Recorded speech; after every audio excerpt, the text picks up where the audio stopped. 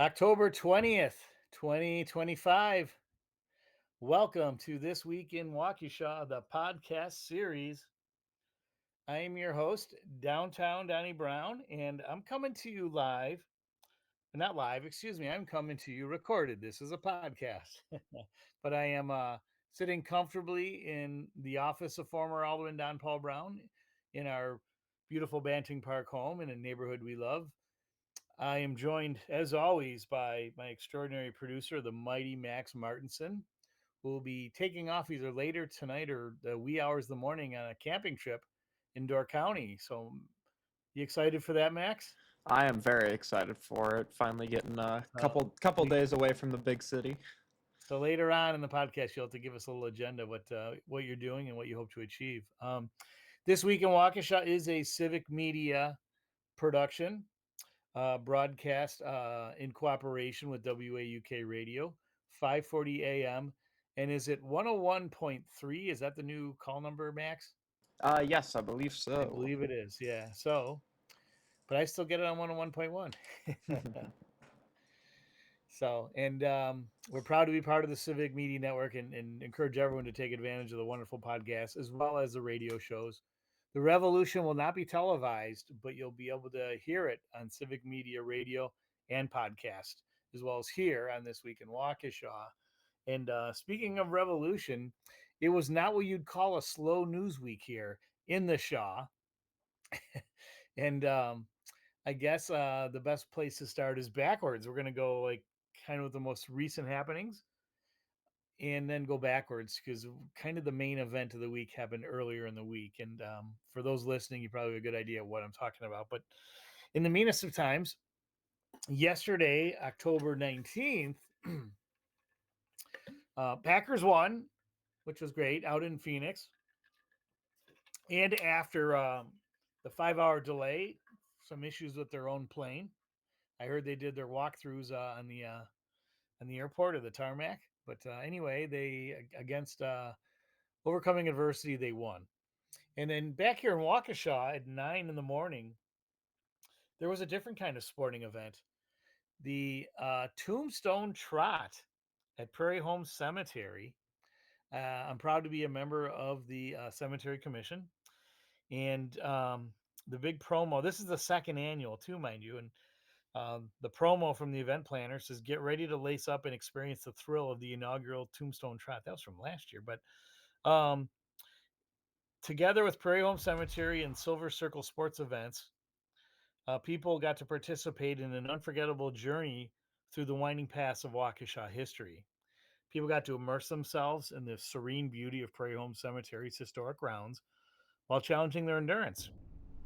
It included a 5K run, a 2K walk, and a kids run. So it wasn't just a race, it was a unique opportunity to connect with history, nature, and fellow enthusiasts in a remarkable setting. And those who participated had a great time. And this is the second offering. And I remember initially when it was launched last year, while I was on the cemetery commission, there were some concerns, I think, from some people, some neighbors that, well, this isn't a very tasteful thing to do in a cemetery. Excuse me. um, but anyone that knows the history of Prairie Home Cemetery would know that it was actually a real center of the community. A lot of events were held there. On Memorial Day, there was actually like picnics, and I think on other holidays as well. And it was really an opportunity for a lot of families to pay their respects to their loved ones while still being together as a family and celebrating as a family, knowing that those dearly departed were close to them. And so it really wasn't a precedent holding this Tombstone Trot there. And so I'm really glad to see that it's continued and it was another successful event. And with the weather cooling down, I'm sure it was really nice for the runners too. Although it did warm up, I guess by early afternoon, got it in the 70s. But was really happy to hear that that event went on really well. And then on Saturday, the 18th, we had a No Kings rally at Cutler Park that was attended by approximately, well, they're saying over 3,000 protesters, citizens, attendees, if you will. And you may recall on a previous podcast, I had the organizers from Waukesha Resist, who were part of the organizing team that put together the rally at Cutler Park. And I went. I brought my media credentials in case there was trouble. I don't know if that would help me too much after what I've seen in other cities, but was really expecting maybe a couple hundred people, thinking that everyone would be in Milwaukee. Max was in Milwaukee, right, for the protest. So Yes, I was. yeah. And were you there in your capacity as a member of civic media? You were observing. Yes, I was there Okay. working it, so got a couple of interviews with a couple different people, and then I was the one who actually just put together the radio report for the whole network for Oh, very cool. today's newscast. So Oh, great. That's great. Well, I did hear it. It sounded great. So you did a fantastic job. And I was so obviously I was pleased to see such a big turnout in Waukesha, but then I heard too there were similar rallies in Muskego. Fire Engine Red Muskego had a No Kings rally, and Oconomowoc also had a big one.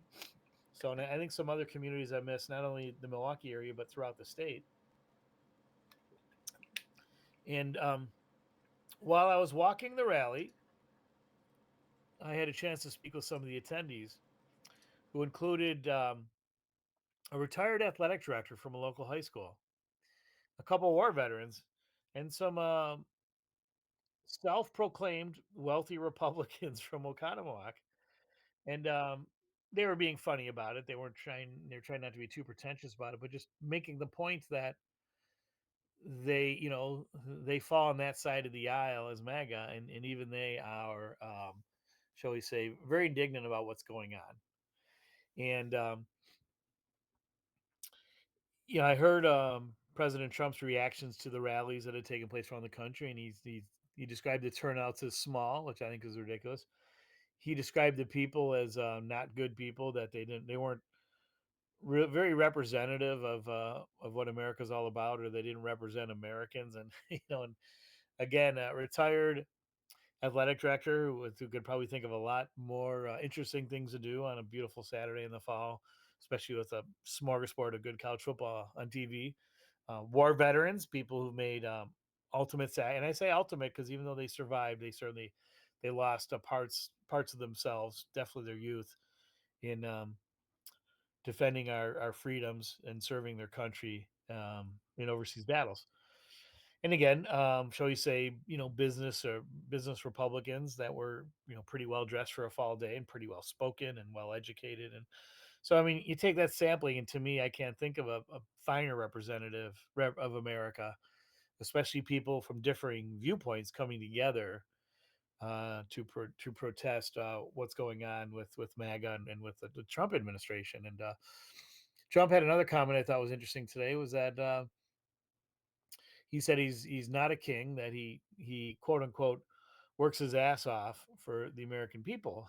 And I'm like, well, you can still be a king and have a great work ethic, but knowing the number of golf junkets he's went on and the cost to the taxpayers, I don't imagine he's that industrious or hardworking. But that's just me. That's my judgment. And well, time to move on. So, but Max, what were your observations before we continue with the big story here? What were your observations of the No Kings rally in Milwaukee that you'd like to share? it was a really big turnout. I think one of the, maybe not the coolest, but one of the most interesting things that occurred during the protest, during the march, was um, protesters occupied almost 10 city blocks at an entire time. Wow. They spanned all the way from the entrances over from the interstate over by the Pfister Hotel, all the way Okay. up around North Prospect Avenue up to Juneau Avenue. Okay. So it was genuinely a huge turnout, especially for the march, let alone for the demonstrations at Cathedral Yeah. Square. Sure. Um, it was completely peaceful.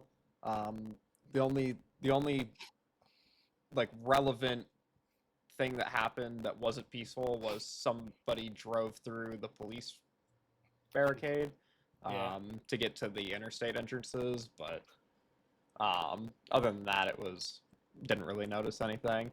Okay. Saw a couple of cool people who I knew there.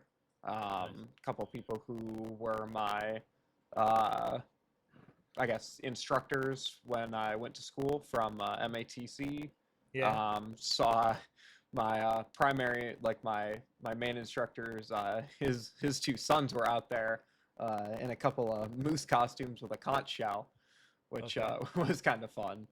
But Sure. just it was also really cool to see the amount of diversity in the demographic of the crowd. Um, Yeah. Old, young, different Yep. races, different genders. Um, Yeah. everybody, everybody, no matter where they came from, or who they were out there in support of the movement. So Okay. Very good. So you're pleased with what you saw. yeah, I guess you could say that. Again, because I was there reporting, I can't really, get into it, but Yeah. Yep. That's where you got to draw the line, right? You got to keep that journalistic integrity. yeah, So I knew you could pull it off, Max. appreciate it. Um, well, it was interesting for me because I live in Waukesha, and from my time serving on the city council, Yep. I really got to know a lot of the small business owners in the downtown Waukesha um, crowd. People that are responsible for Waukesha's resurgence in the last 10, 15 years or so. And so on my way to the car, I had to stop and get some sweets at Aloe Chocolate from my sweetie at home. That of course is my wife, Sweet Melissa. And fall is actually when we first came together or kind of discovered each other, or fell in love. Gosh, more than 15 years ago, and so it gives me pause always, like when you have a beautiful fall day and the leaves are changing colors. I have to stop and get something nice for my wife. So, but on the way there, I had a chance to talk to some of the local shopkeepers, as we used to say, or local business owners and people I, of course, come to respect. And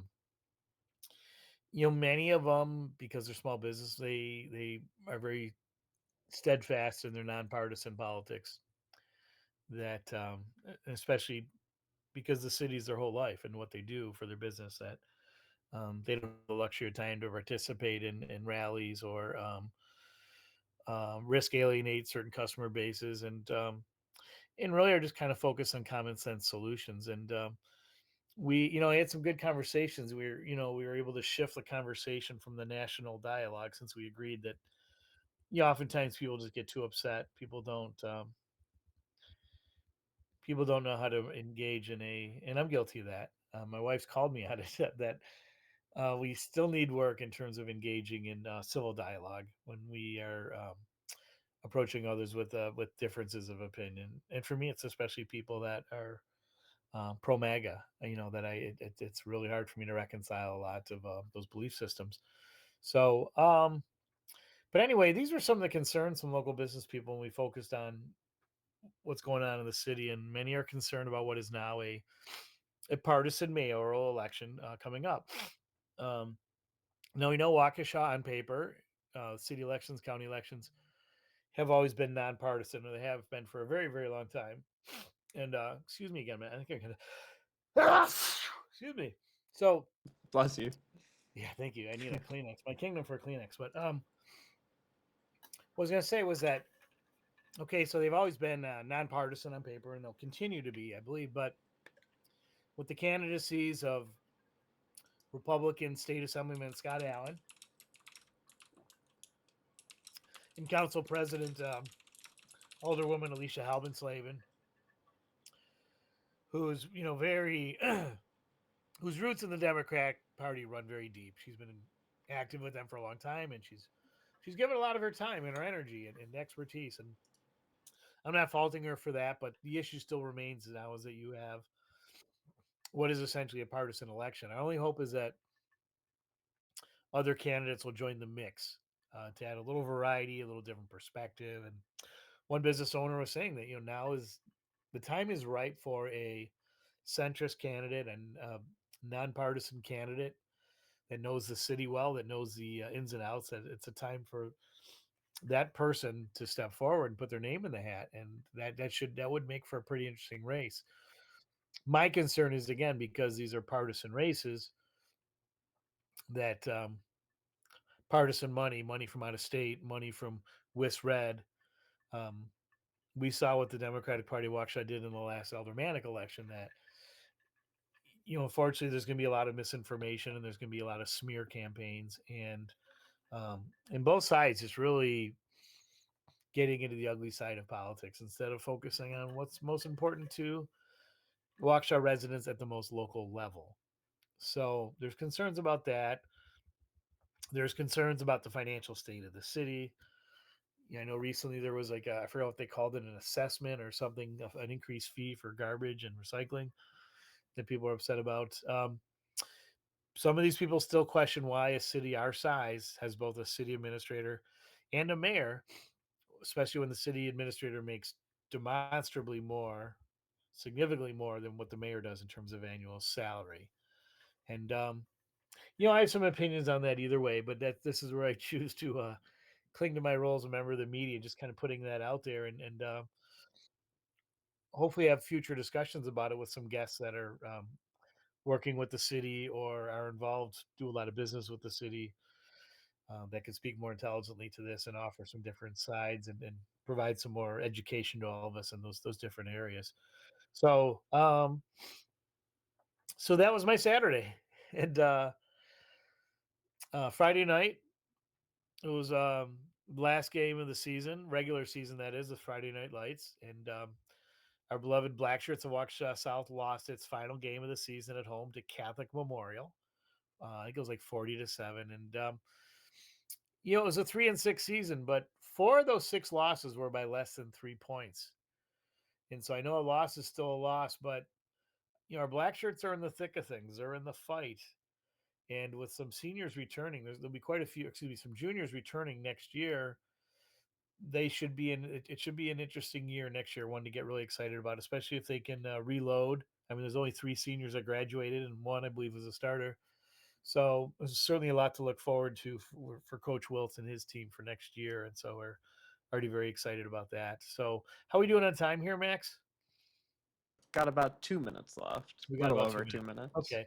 So here's what I'll do is I'll kind of introduce what the big news of the week was, and then we'll dedicate most of the second podcast to really doing a deeper dive. But as I'm sure everybody knows by now, on Wednesday, the 15th of October, 15th District Alderman Rico Camacho posted a warning on social media, on Facebook, I believe, um, that he was informed by a constituent that ICE was in downtown Waukesha, seen in front of People's Park, warning everyone to stay inside. And the exact quote actually said, "Everyone, please stay alert, stay inside. ICE is in Waukesha in the corner of People's Park. They are undercover." That statement was surrounded by some photos of who are believed to be ICE undercover officials. We would learn after some discovery that the men in question were employees of a private security company who were involved either like in a training exercise or advance work for a visit. That's one of the stories we were told, but they didn't know who the visitor was. I was guessing it might have been the governor or lieutenant governor. But supposedly they're going to all the different restaurants and they were asking to see their exits and their restrooms. And but they definitely weren't ICE. And we got confirmation from the county sheriff's department that they weren't ICE. So the men's identities were confirmed by a fellow coworker who was shown the post by one of his client organizations in Waukesha. And there was a great deal of panic. Some restaurants and businesses closed, and you can't do an insurance claim on something like that. It's not like there's a fire in the kitchen, or and again, as a former restaurant operator, I've been involved in those things. But a few hours later, Alderman Camacho had posted a retraction, and he says, "So I want to be," and this is the actual post. It says, "So I want to be clear that I received information from concerned constituent because there was a belief that ICE was by People's Park. I was completely incorrect. That these people were not ICE agents, is what I think he means to say here. I should have done my due diligence and checked to verify, but I overreacted. I apologize to anyone and the men in the photo going to lunch that may have felt a potential harm to the situation. I will ensure that this is I will take this as a learning opportunity and take full responsibility for this.